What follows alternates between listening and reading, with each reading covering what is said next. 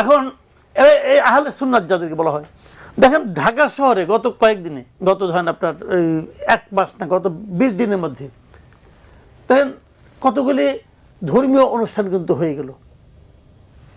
জামাতরা করলেন, বড় বড় জায়গা দিল, হেফাজত করলো, এটার জন্য বড় জায়গা দেওয়া হলো। তো আহলে সুন্নাত কিন্তু একটা বড় অনুষ্ঠান করেছিল, সারা দেশ থেকে তাদের অনেক লোক এসেছিল। তাদেরকে গভর্নমেন্ট জায়গা দিতে যে এত তাড়িয়ে করলো কেন? একবার বলে সেই যাও ওই মাঠে, একবার বলে যে এখানে দিবে না, সোরের উদ্যানে দিবে না জায়গা, পাঠালো যে কি একটা বিএনপি পাঠাচ্ছিল ওখানে জানি কি নাম, কি মাঠ জানিছিল একটা,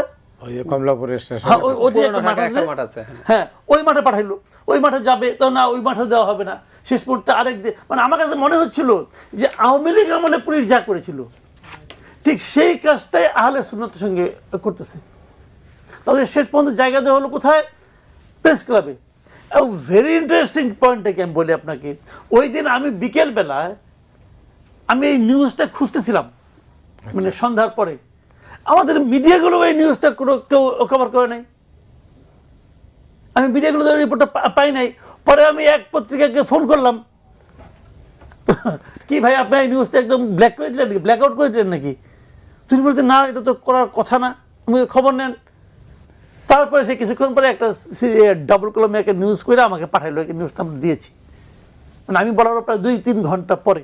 তো এটা কেন কোনো টিভিতে নিউজ দেখায় নাই, কি কারণে দেখায় নাই?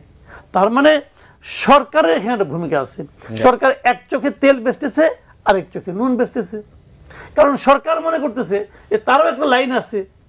এখন একটা অন্তর্বর্তীকালীন, সব সরকারের একটা লাইন থাকবে, অস্বাভাবিক কিছু না, কিন্তু এটা অন্তর্বর্তীকালীন সরকার যারা নাকি নিরপেক্ষতার প্রতিশ্রুতি দিয়ে দায়িত্ব নিয়েছে, তাদের কাছ থেকে এটা আমরা আশা করি না।